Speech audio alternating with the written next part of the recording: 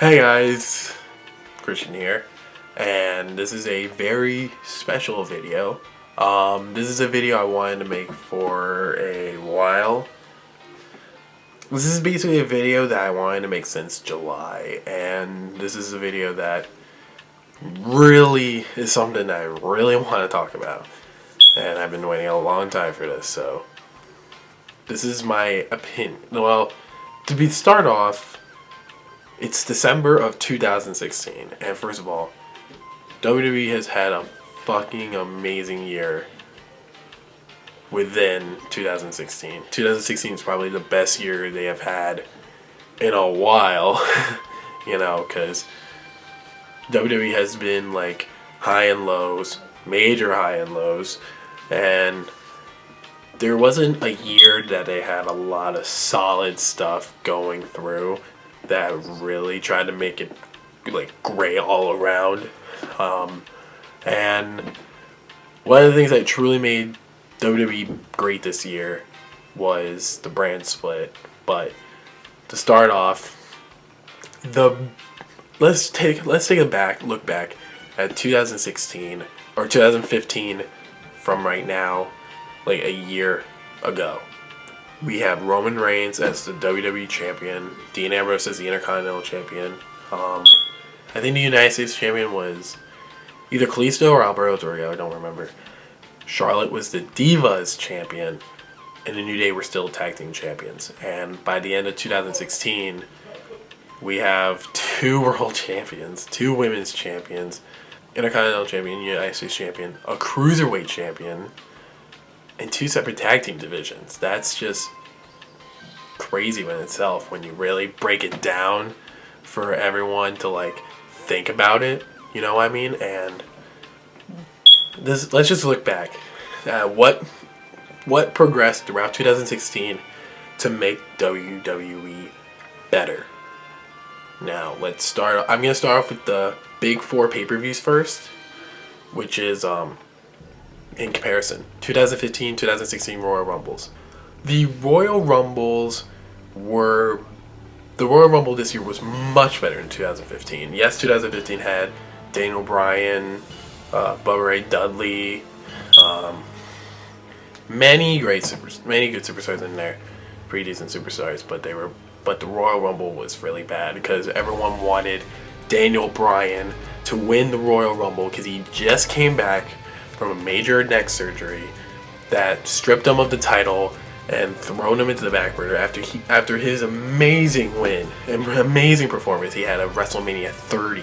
Daniel Bryan coming back, everyone was so excited because everyone was like, Daniel Bryan's gonna win the Royal Rumble, but as it turns out, we all just took that for granted, and for that, Daniel Bryan didn't win. We have Roman Reigns, and everyone just shitted on Roman. I don't hate Roman. I do not hate Roman Reigns. I think he's a good superstar if given the right progression. That just gave Roman Reigns like a bad start and just made Roman Reigns push to the top too obvious.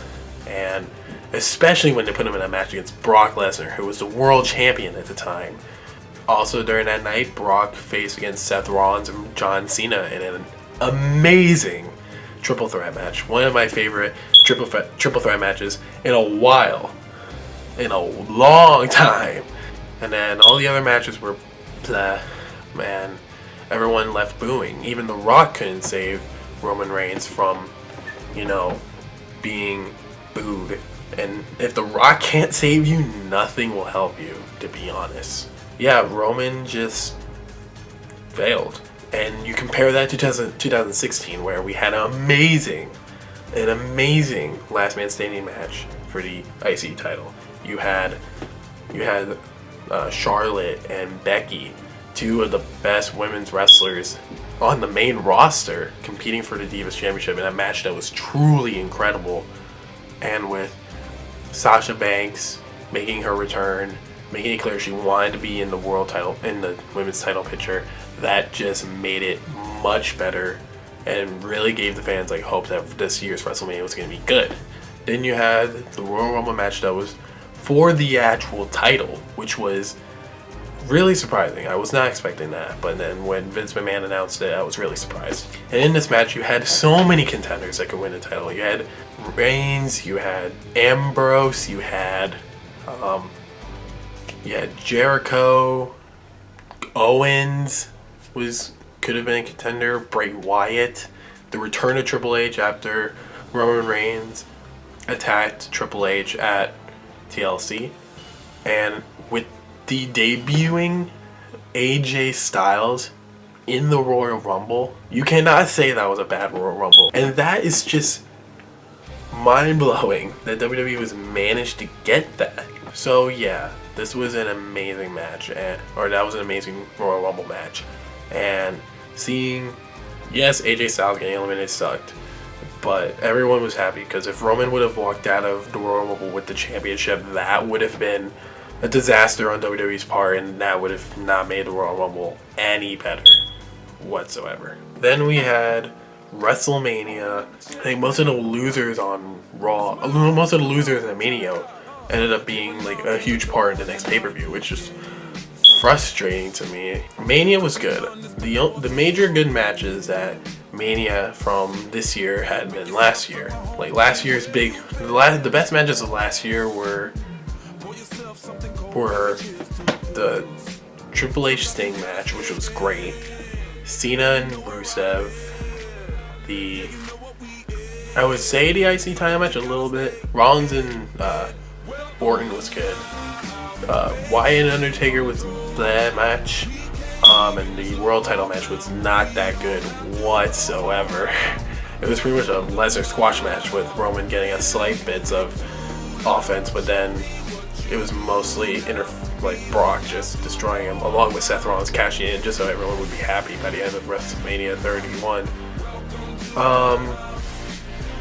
And then you had WrestleMania 30, where you had Roman Reigns and Triple H, which was a main event. Women's championship match with Sasha, Becky, and Charlotte.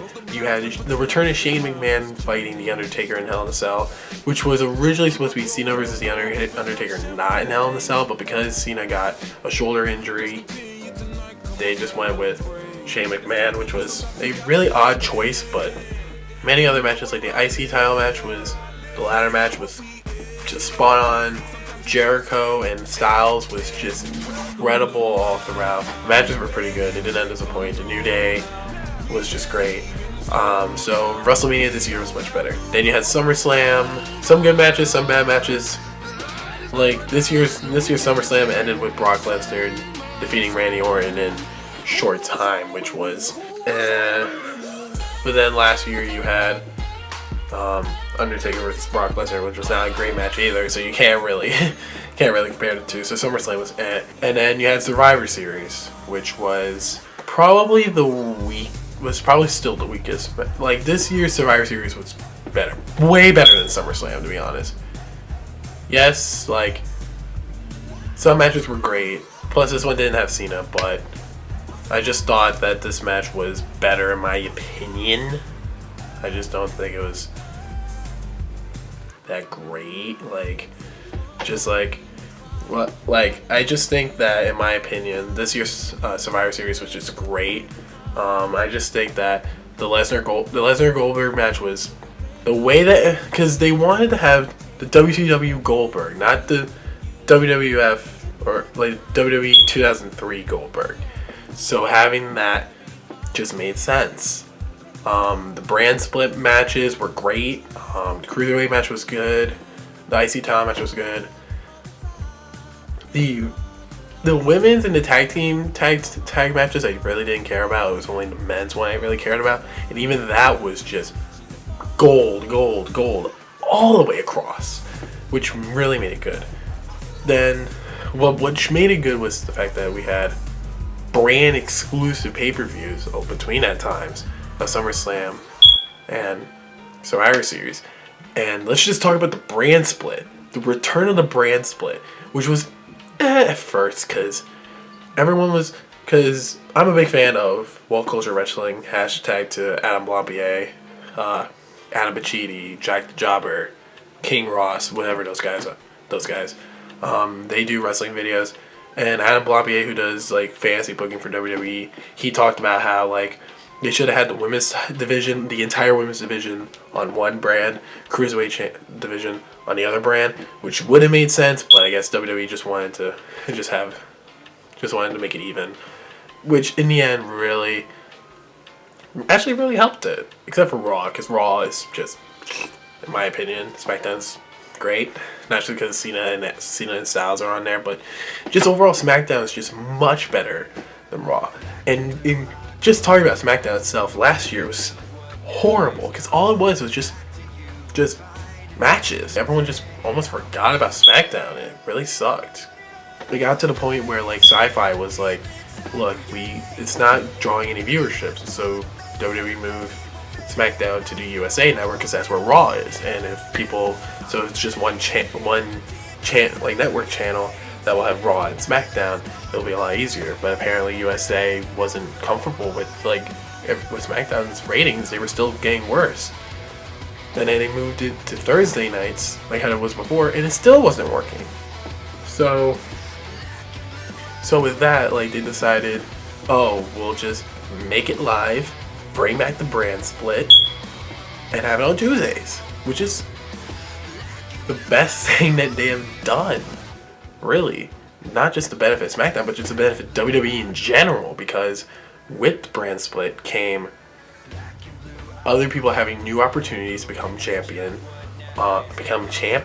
in general. As it wasn't for the brand split, we probably wouldn't have had AJ Styles become WWE champion. We probably would have just had Dean Ambrose be the WWE champion all the way up to like Survivor Series or something like that. We wouldn't have had Becky Lynch become champion because they would have just started this whole Sasha Banks versus Charlotte feud.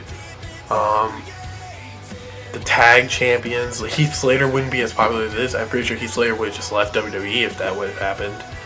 The New Day would probably still be champions by this point because their title reign ended, which I'll get to in a bit. And the Cruiserweights probably would have just flatlined it, and the Cruiserweight division would have just died even before Survivor Series. So, like, looking at the brand split, it really helped WWE in the long run. Not just because they have many great workers, especially since they brought in, like,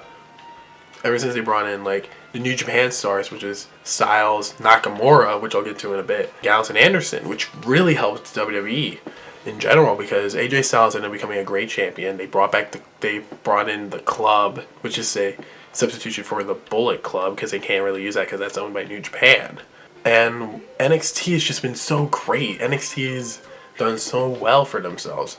And many great stars who were down in NXT and then moving up to the main roster, like stars like Finn Balor, American Alpha, Alexa Bliss.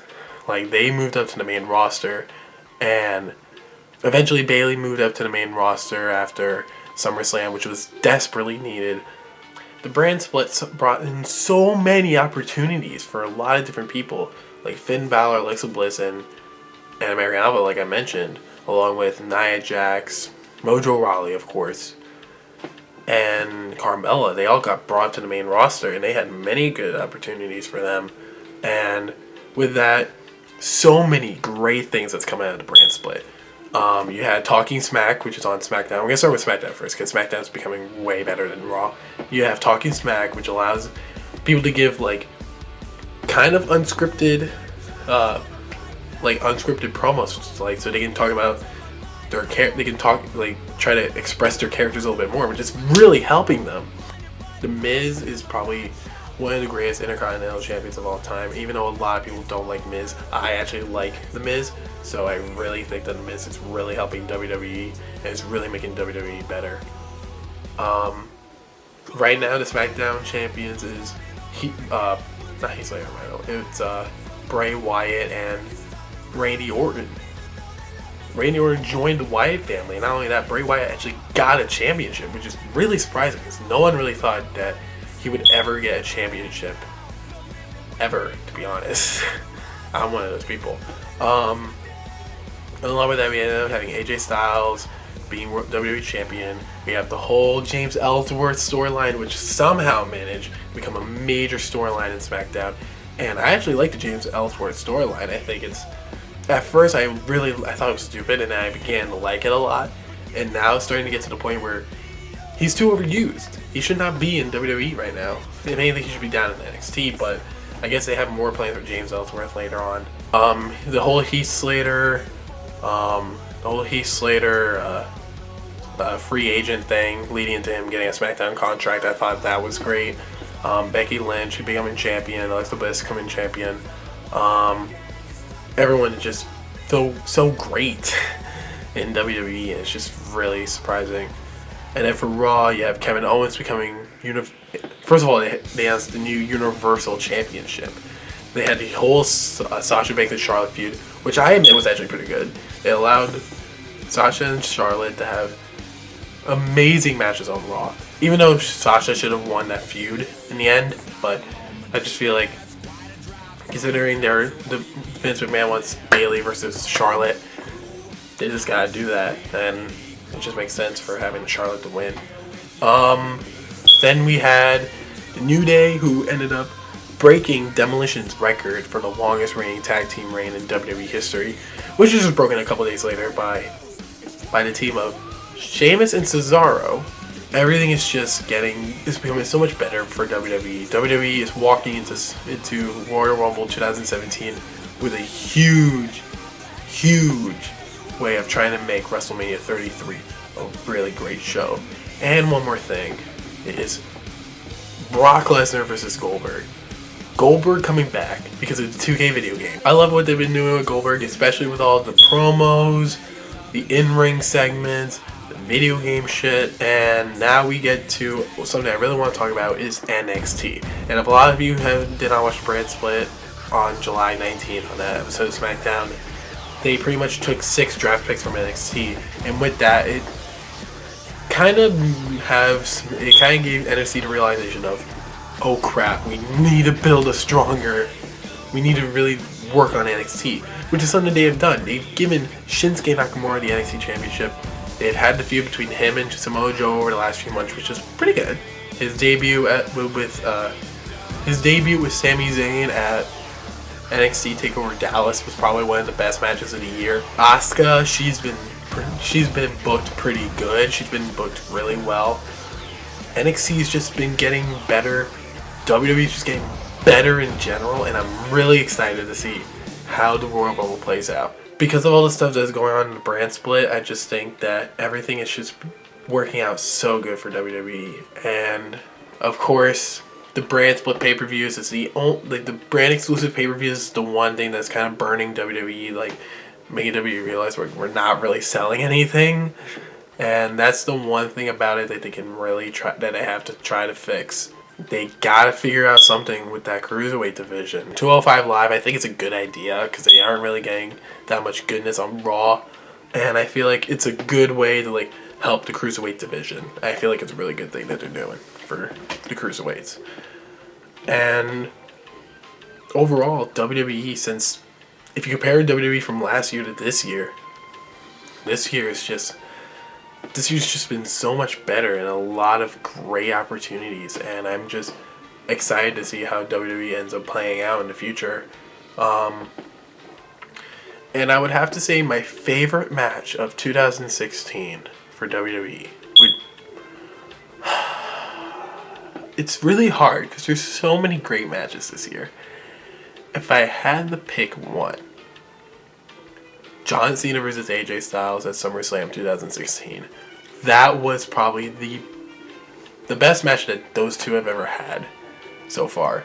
You had Money in the Bank. You had their tag team match with the Club and Enzo and Cass, which was probably one of my favorite matches of the year. And that had a really good promo package with Feel Invincible by Skillet, one of my favorite bands. So obviously I'm going to like the promo package. 2017 is going to be a bright year for WWE, and if they somehow mess it up, I would lose a lot of respect. We just have to wait and see.